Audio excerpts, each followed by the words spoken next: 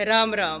देखिए, भारत में एक बहुत पुरानी परंपरा है। जब कोई आता है तो कहते हैं राम राम, जब कोई जाता है तो भी कहते हैं राम राम, और जब कोई नहीं रहता तब कहते हैं राम नाम सत्य है। जीवन से लेके मृत्यु तक एक ही शब्द राम। लेकिन क्या हमने कभी रुककर पूछा है कि ये जो शब्द है राम, जो हम इतनी आसानी से बोलते हैं, ये है क्या? क्या राम सिर्फ एक नाम है, सिर्फ एक रूप है, एक मूर्ति है, या राम कुछ ऐसा है जो किसी मूर्ति में समा नहीं सकता, जो किसी शब्द में पकड़ा नहीं जा सकता? और ये प्रश्न नया नहीं है, और इसका सबसे गहरा उत्तर आपको मिल सकता है प्यारे गुरु रविदास जी के पास। बनारस की एक गली में संत रविदास महाराज जी के हृदय में 600 साल पहले, बनारस गंगा का किनारा, गुरु रविदास जी बैठे हैं, हाथों में चमड़ा और हृदय में राम का नाम। बनारस से अयोध्या बस 200-250 कोस का रास्ता, लेकिन राम के मंदिर में जाने का उन्हें अधिकार नहीं था। गुरु रविदास जी को राम के मंदिर में जाने का अधिकार नहीं था, क्योंकि अस्पृश्य जो थे हमारे गुरु रविदास जी। और आपको पता ही होगा, जाति व्यवस्था से तो आप खूब परिचित होंगे। तो मंदिर में प्रवेश नहीं, मूर्ति पूजन नहीं कर सकते, दर्शन नहीं ले सकते, तो फिर एक अस्पृश्य कहे जाने वाले चर्मकार जाति से आने वाले व्यक्ति राम के बारे में कैसे बता रहे हैं? शायद आप यही सोच रहे होंगे। लेकिन यहाँ पे एक बात समझना जरूरी है कि उनका इशारा किस तरफ था। तो गुरु रविदास जी का इशारा अमूर्त की तरफ था, ना ही किसी मूर्ति की तरफ। निराकार की ओर इशारा कर रहे थे गुरु रविदास जी। समझिए, अरूप की ओर, ना ही किसी रूपवान मूर्ति की ओर, दिखने वाले उस अदृश्य की ओर जो सब में है पर किसी एक में बंधा नहीं। और यही प्रश्न आज हम देखेंगे। भारतीय चिंतन में राम शब्द बहुत विशाल है। संत परंपरा में एक बहुत गहरी बात कही गई है, और वो बात है एक राम दशरथ घर डोले, एक राम घट घट में बोले, एक राम का सकल पसारा, एक राम है जग से न्यारा। देखिए, एक ही शब्द लेकिन 4 अलग अलग स्तर। पहला राम, अयोध्या के राजा, दशरथ के पुत्र, इतिहास में प्रभु श्री रामचंद्र, मूर्त, साकार, रूपवान। दूसरा राम, हर घट में, हर हृदय में, हर प्राणी में, मुझ में, आप में, व्यापक, सर्वत्र। और तीसरा मतलब तीसरे स्तर का राम, जो 4 राम की हम बात कर रहे हैं, उसमें जो तीसरा स्तर है, जो इस समूची सृष्टि में फैला है, सकल पसारा, असीम, अनंत, इन्फिनिट। और चौथा, जो सर्वोच्च चौथा स्तर है, वो है जग से न्यारा। एक राम जग से न्यारा, जो सभी रूपों के परे है, जो सभी गुणों के परे है। आप कह सकते हो निर्गुण, निराकार, अमूर्त, किसी मूर्ति में नहीं, जिसे मन पकड़ नहीं सकता, इसीलिए अज्ञेय, अननोएबल, जिसे जाना नहीं जा सकता, beyond human thought and perception, जिसे शब्द बांध नहीं सकते, इसीलिए अनिर्वचनीय, इनडिस्क्राइबेबल, जिसका कोई अंत नहीं, इसीलिए अनंत, एंडलेस, जिसका कोई अंत नहीं, इन्फिनिट। ये है चौथे स्तर का राम। और ये राम संत परंपरा का राम है, निर्गुण संत परंपरा का। और संत कबीर जी महाराज, जो गुरु रविदास जी के समकालीन थे, उन्होंने इसी को कहा, निर्गुण राम जपो रे भाई, निर्गुण राम, जिसका कोई रूप नहीं, जिसकी कोई सीमा नहीं। अब सोचिए, संत शिरोमणि रविदास जी जब राम कहते हैं तो किस राम की ओर उनका इशारा है? उनके एक पद में हमें इसका उत्तर मिलता है। गुरु रविदास जी का एक बहुत ही सुंदर पद श्री गुरु ग्रंथ साहिब में सम्मिलित है। सुनिए, राम मैं पूजा कहा चढ़ाऊं, फल अरु फूल अनूप न पाऊं, थनहर दूध जो बछरू जुठारी, पहुप भवर जल मीन बिगारी, मलयागिरी बोधियो भुजंगा, विष अमृत दो एके संगा, मन ही पूजा मन ही धूप मन ही सेऊ सहज स्वरूप, पूजा अर्चा न जानू तेरी, कही रविदास कवन गति मेरी।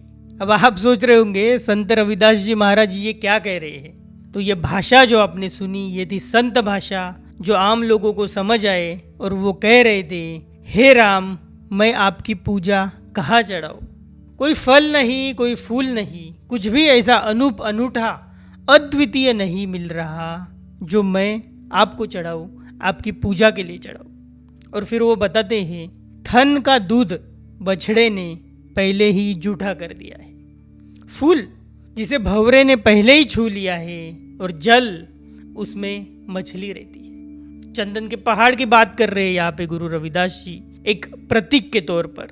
जिस चंदन के पहाड़ पे सांप रहते हैं, विषैले सांप, तो वो कह रहे हैं विष और अमृत दोनों एक साथ। यहाँ रुकिए, सोचिए ये संत रविदास महाराज क्या कहने की कोशिश कर रहे हो। क्या वो कह रहे दूध अशुद्ध है, फूल बुरा है, जल गंदा है?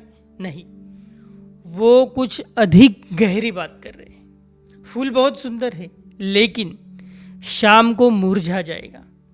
जल तो निर्मल है लेकिन मछली उसमें रहती है, वो उससे बंधा हुआ है। दूध पवित्र है लेकिन वो बछड़े के लिए है, वो सीमित है। यानी ये सब जो चीज़ें हैं बाहरी, ये सब मूर्त है, साकार है, ससीम है, उसकी एक सीमा है, किसी सीमा में वो बंधे हुए हैं। और वो कैसा है जिसकी बात यहाँ पे गुरु रविदास जी कह रहे हैं, वो अमूर्त है, निराकार है, असीम है, निर्गुण है, जिसका कोई गुण नहीं। तो प्रश्न ये नहीं है कि चीजें शुद्ध है या नहीं, प्रश्न ये है क्या मूर्त जो साकार है वो अमूर्त तक पहुंच सकता है? क्या ससीम जो किसी एक सीमा में बंधा हुआ है, क्या वो उस असीम को छू सकता है? क्या नश्वर अनंत को पकड़ सकता है? जो एक दिन मुरझाएगा वो कैसे उसे पाएगा जो अनंत है? जो सीमित है वो कैसे उसे घेरेगा जो असीम है? जिसे रूप है वो उसे कैसे अर्पण होगा जो निराकार है? जिसे भाषा में कहा जा सकता है वो उसे कैसे छुएगा जो अनिर्वचनीय है? यह अंतर पवित्रता का नहीं है, यह अंतर स्वभाव का है, प्रकृति का है, मूर्त और अमूर्त के बीच, साकार और निराकार के बीच एक ऐसी दूरी है जिसे बाहरी वस्तुएं पाट नहीं सकती। तो फिर यहां गुरु रविदास जी का उत्तर आता है, मन ही पूजा मन ही धूप मन ही सेऊ सहज स्वरूप। मन ही पूजा है, मन ही सुगंध है, और मन में ही सहज स्वरूप की सेवा होती है। देखिए कितनी गहरी बात है।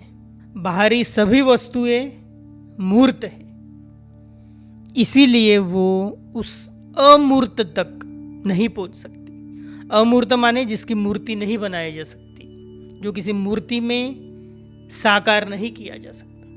बाहरी वस्तुएं ससीम हैं, उनकी एक सीमा होती है, इसीलिए वो उस असीम को नहीं पकड़ सकती। बाहरी वस्तुएं सभी नश्वर है, इसीलिए वो उस अनंत को नहीं छू सकती। लेकिन हमारा मन वो एकमात्र स्थान है जहां निर्गुण झलकता है, जहां निराकार की उपस्थिति महसूस होती है, जहां वो अज्ञेय जो अदरवाइज अननोएबल है एक क्षण के लिए संकेत देता है।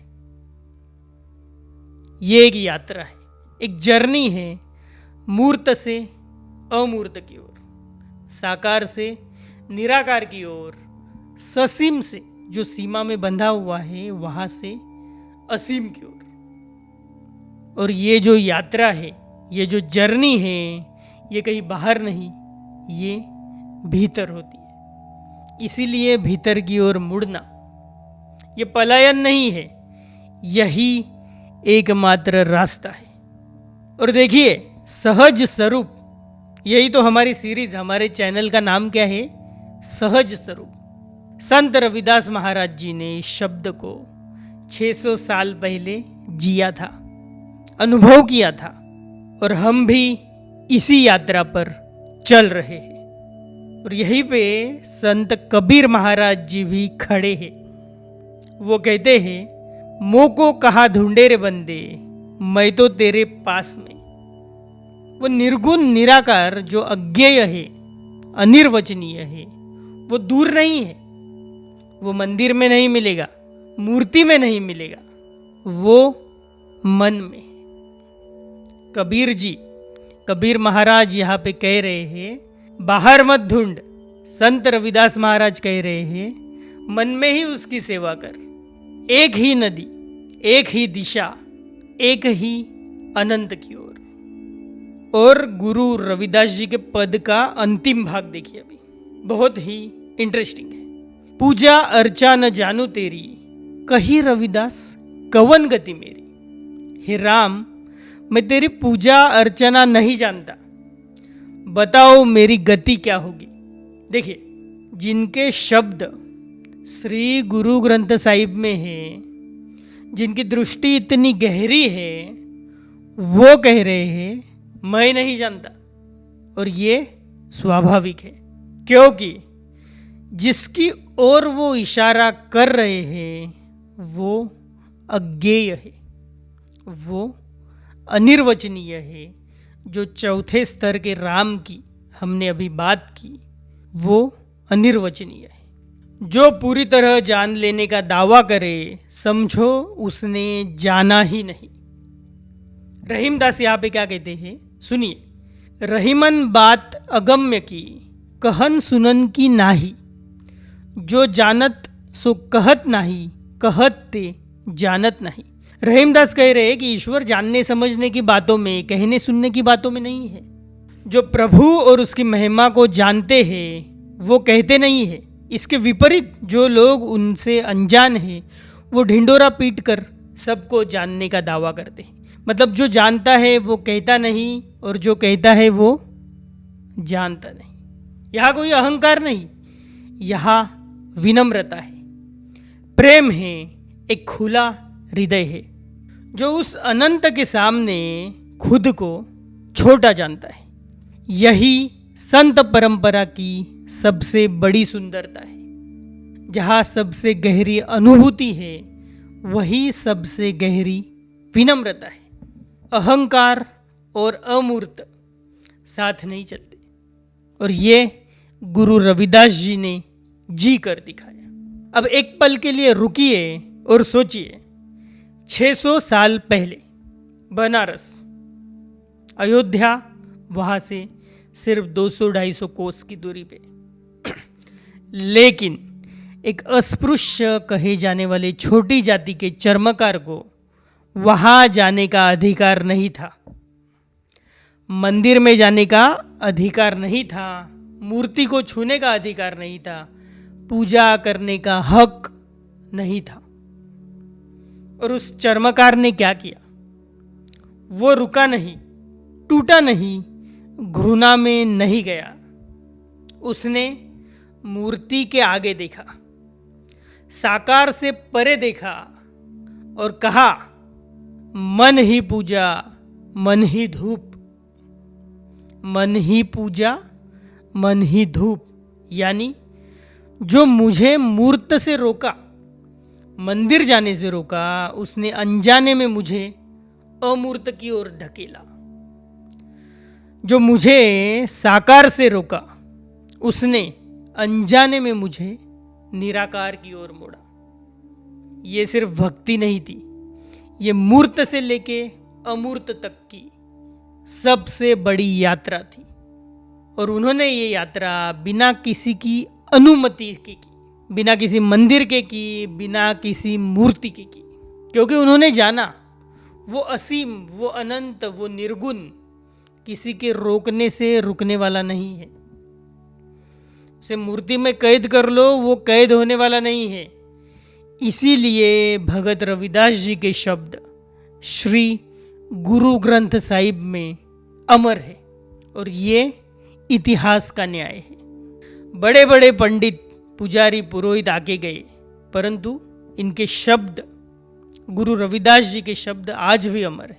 गुरु रविदास जी आपके हाथों में चमड़ा था, आपको मंदिर में नहीं जाने दिया, मूर्ति नहीं छूने दी, लेकिन जो राम आपने पाया वो किसी मूर्ति में नहीं था, किसी मंदिर में नहीं था, वो निर्गुण था, निराकार था, असीम था, अनंत था, अमूर्त था, अज्ञेय था, अनिर्वचनीय था, और फिर भी आपने उसे पाया।